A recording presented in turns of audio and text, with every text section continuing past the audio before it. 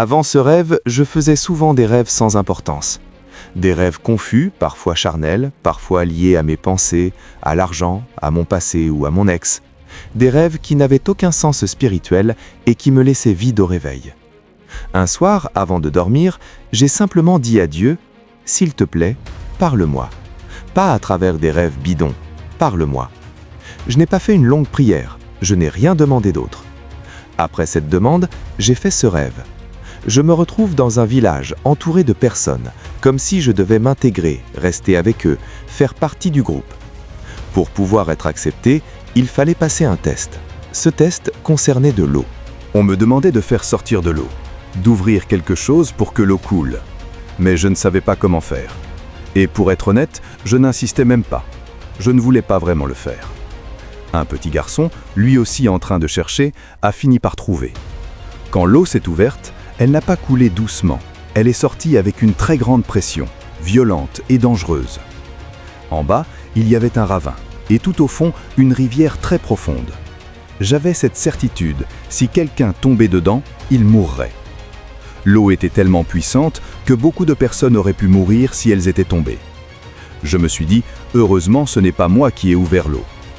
Ensuite, on m'a demandé de descendre, pas pour aller dans la rivière, mais pour aller vers une petite maison située un peu plus bas, près du ravin. Moi, je voulais seulement aller à cette maison, pas au ravin, pas dans la rivière. Mais le passage pour descendre était très raide. J'ai commencé à descendre et j'ai eu peur. Les appuis étaient fragiles, faits de feuilles et de branches qui ne tenaient pas. Je me disais que si je glissais, j'allais dépasser la maison, tomber dans le ravin et finir dans la rivière. J'ai voulu remonter, mais des personnes insistaient en disant « Descends, descends ». À un moment, je me suis retrouvé suspendu dans le vide. Je n'étais pas encore tombé, mais j'étais déjà dans l'air accroché, et on me tirait pour m'empêcher de remonter. J'étais stressé, paniqué, et j'avais l'impression de ne plus avoir le choix. Puis d'un coup, j'ai lâché. Mais au lieu de tomber, c'était comme si j'avais un parachute. Je flottais. Je descendais doucement. Je ne savais pas comment. Je ne savais pas d'où cela venait. J'ai fermé les yeux. Je n'ai pas prié à ce moment-là. Je flottais simplement, doucement, en sécurité. Je suis descendu calmement et j'ai atterri en bas, sur quelque chose de solide, comme du ciment ou un tronc. Il n'y avait plus de danger. Le ravin n'était plus menaçant. On m'a dit « Tu vois, tu avais peur pour rien ». On m'a dit aussi que cela avait déjà été fait auparavant, que ce n'était pas nouveau. Je me suis rendu compte que j'étais passé, sans mourir, sans tomber dans la rivière. C'est là que le rêve s'est arrêté. Ce rêve, c'est le rêve de Daniel. Daniel, c'est un abonné de cette chaîne. Avant tout, je veux poser le cadre clairement. Je vais respecter sa foi, sans me moquer, sans dire « ce n'est rien », mais sans non plus affirmer comme un absolu « Dieu t'a parlé directement ». Je ne suis ni prophète, ni pasteur, ni voyant. Je ne fais pas de prophétie. Je me base sur deux choses, la Bible et la réalité. Et je vais te demander une seule chose pendant que tu écoutes. Essaie de réfléchir à ton expérience et à tes pensées personnelles pendant que tu écoutes cette histoire. Écoute calmement. Ne cherche pas à me tester. Ne cherche pas à te défendre. Ce que je vais dire, ce n'est pas pour t'écraser. C'est pour t'aider à discerner. Je te préviens dès maintenant parce que c'est important pour toi si tu regardes ça. Ce vendredi, à 20h, il y aura une vidéo spéciale prière sur cette chaîne. Une vidéo dédiée à chaque personne qui aura écrit en commentaire son prénom, sa demande de prière, son besoin, son blocage, sa situation. Vendredi, on mettra en ligne une vidéo où on présentera vos prénoms et vos sujets de prière devant Dieu, sobrement, sans show, sans promesse magique. Donc, pendant que tu écoutes l'analyse du rêve de Daniel, tu peux déjà écrire ton commentaire. Prénom, ce pourquoi tu veux qu'on prie vendredi. On revient au rêve. Daniel a fait une démarche que beaucoup d'entre nous ont faite. Il a consciemment demandé à Dieu de lui parler. Avant, ses rêves étaient confus, charnels, incohérents. Après sa demande, il vit un rêve structuré, intense, cohérent. Au réveil, une pensée s'impose. Dieu t'a parlé parce que tu as demandé. Pour lui, ce rêve n'est pas banal. Et il ne veut pas juste une explication psychologique. Il cherche une lecture spirituelle. Très bien, on va respecter ça. Mais respecter, ce n'est pas tout accepter sans réfléchir. La Bible dit « Éprouvez les esprits pour savoir s'ils viennent de Dieu ». Être spirituel, ce n'est pas gober tout ce qui est mystérieux, c'est discerner. Donc, je vais faire ceci. Lire ce rêve par symbole, à la lumière de la Bible et du bon sens. Sans dire « Dieu a dit X », mais en disant « Si ce rêve vient de Dieu, voilà ce qu'il enseigne ». Et pendant que j'analyse le rêve de Daniel, pose-toi une question. Où est-ce que tu te reconnais, toi, dans ce qu'il a vécu? Si à un moment tu te dis « C'est exactement ce que je vis », écris-le en commentaire. Et n'oublie pas, vendredi à 20h, cette situation pourra être portée dans la prière. Dans la foi chrétienne, la Bible est claire sur deux choses. Oui, Dieu peut parler par des rêves. Non, tous les rêves après une prière ne viennent pas forcément de Dieu. Attention à deux extrêmes. Tout spiritualiser, chaque rêve égale message de Dieu. Tout mépriser, les rêves c'est du n'importe quoi, on s'en fiche. La Bible demande autre chose, discerner. On va donc regarder les grandes scènes de ce rêve.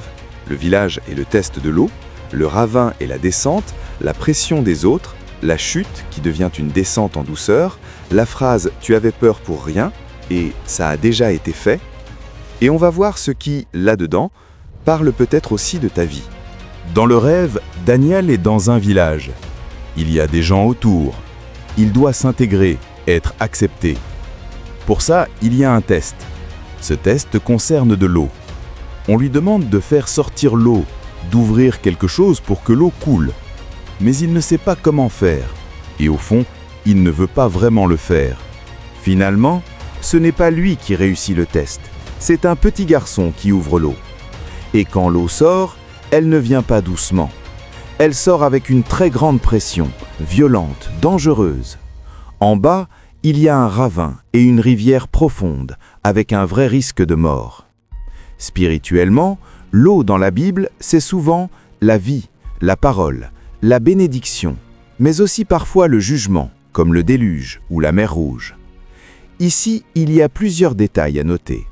Ce n'est pas Daniel qui ouvre l'eau, il ne veut pas vraiment, il est presque soulagé que ce ne soit pas lui. Quand l'eau sort, elle devient dangereuse. Daniel est dans un contexte de groupe, de pression sociale. On lui demande de réussir un test, de produire quelque chose, d'ouvrir une source. Mais il sent confusément que ce n'est pas son rôle ou pas son moment. Le fait que l'eau devienne destructrice quand elle est mal gérée illustre une chose très simple. Ce que tu demandes peut être bon, mais si ce n'est pas à ta mesure ou pas ton rôle, ça peut devenir dangereux. Tu peux demander plus d'onction, plus de visibilité, plus d'argent, plus d'impact, mais si ton cœur, ton caractère, ta sagesse ne sont pas prêts, la chose elle-même peut te dépasser.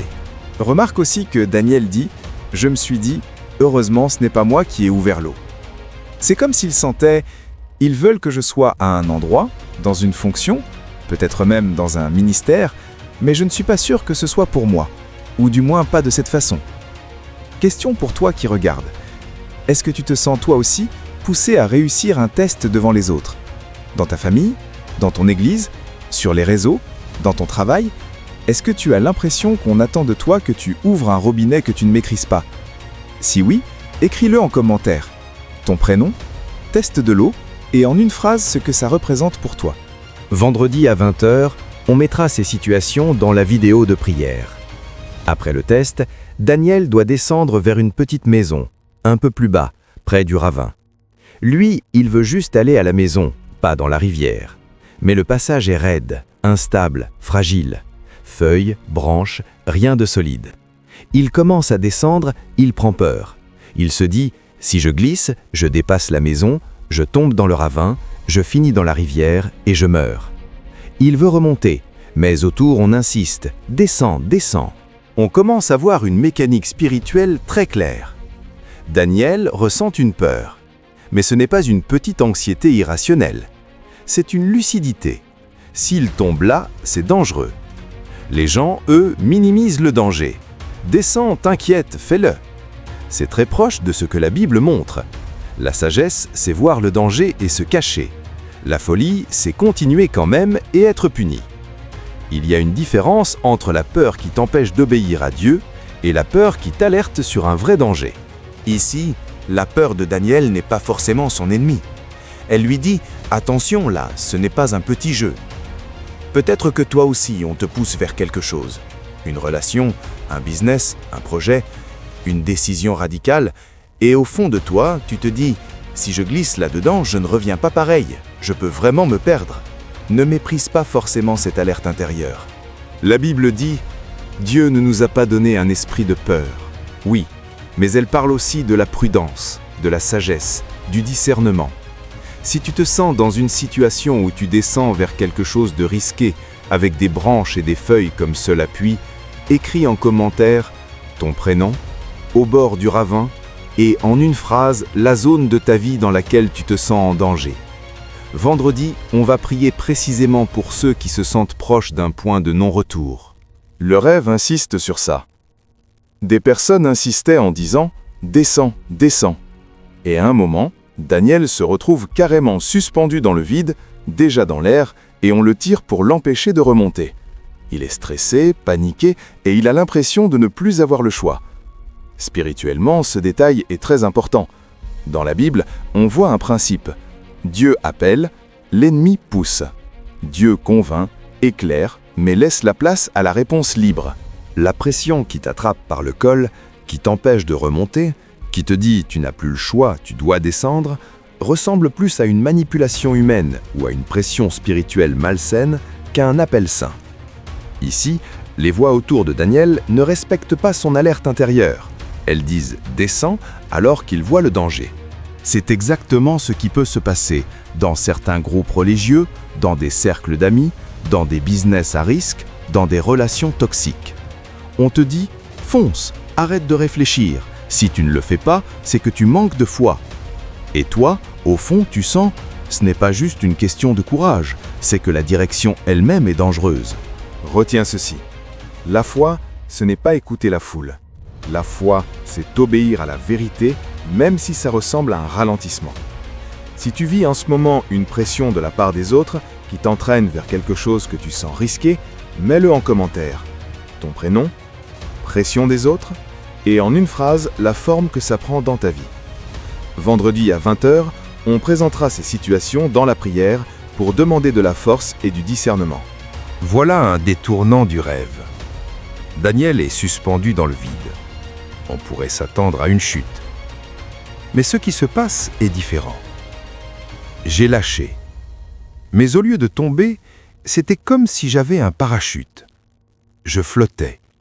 Je descendais doucement. Je ne savais pas comment ni d'où cela venait. J'ai fermé les yeux. Je flottais, doucement, en sécurité. Spirituellement, ce passage dit quelque chose de très fort. Daniel ne se sauve pas lui-même. Il ne trouve pas une branche miraculeuse. Il ne grimpe pas tout seul. Il lâche. Et au lieu d'être détruit, il est porté. Ce n'est plus lui qui contrôle, mais ce n'est pas non plus le ravin qui le détruit. La Bible ne dit pas que la foi, c'est se jeter dans le vide exprès, mais elle montre que parfois, quand tu n'as plus d'appuis humains, Dieu peut te porter d'une façon que tu ne comprends pas. Le détail important, Daniel ne fait pas de prière spectaculaire à ce moment-là. Il ne récite pas de formule. Il flotte, il ferme les yeux et il descend en sécurité. On peut voir là une image de grâce. Tu ne te relèves pas toujours parce que tu as la bonne technique spirituelle, mais parce que quelqu'un te tient, alors même que tu ne sais plus quoi faire. Et toi, est-ce que tu as déjà vécu une situation où, objectivement, tu aurais dû t'écraser, et pourtant, tu es encore là, debout, peut-être abîmé, mais vivant? Si oui, tu peux l'écrire en commentaire, comme un témoignage. Ton prénom, parachute, et en une phrase, ce dont Dieu t'a déjà sorti alors que tu pensais que c'était fini. Ces témoignages-là encouragent les autres et nourriront aussi la vidéo de prière de vendredi. Daniel atterrit sur quelque chose de solide, du ciment ou un tronc. Le ravin n'est plus menaçant. Il est passé. On lui dit « Tu vois, tu avais peur pour rien. Et ça a déjà été fait auparavant. » Il y a plusieurs niveaux ici. D'un côté, oui, Daniel avait surestimé un aspect. Il imaginait la chute comme une fin totale, alors qu'en réalité, quelque chose ou quelqu'un pouvait le porter. Mais de l'autre, on ne doit pas mal comprendre la phrase « Tu avais peur pour rien ». Sa peur au départ n'était pas folle. Le ravin était réel. La rivière profonde existait. Ce que cette fin de rêve semble plutôt dire, c'est « Tu as eu peur d'une chose que tu n'aurais jamais réussi à gérer par tes propres forces. Mais il y avait une provision, une grâce, une protection que tu ne connaissais pas encore.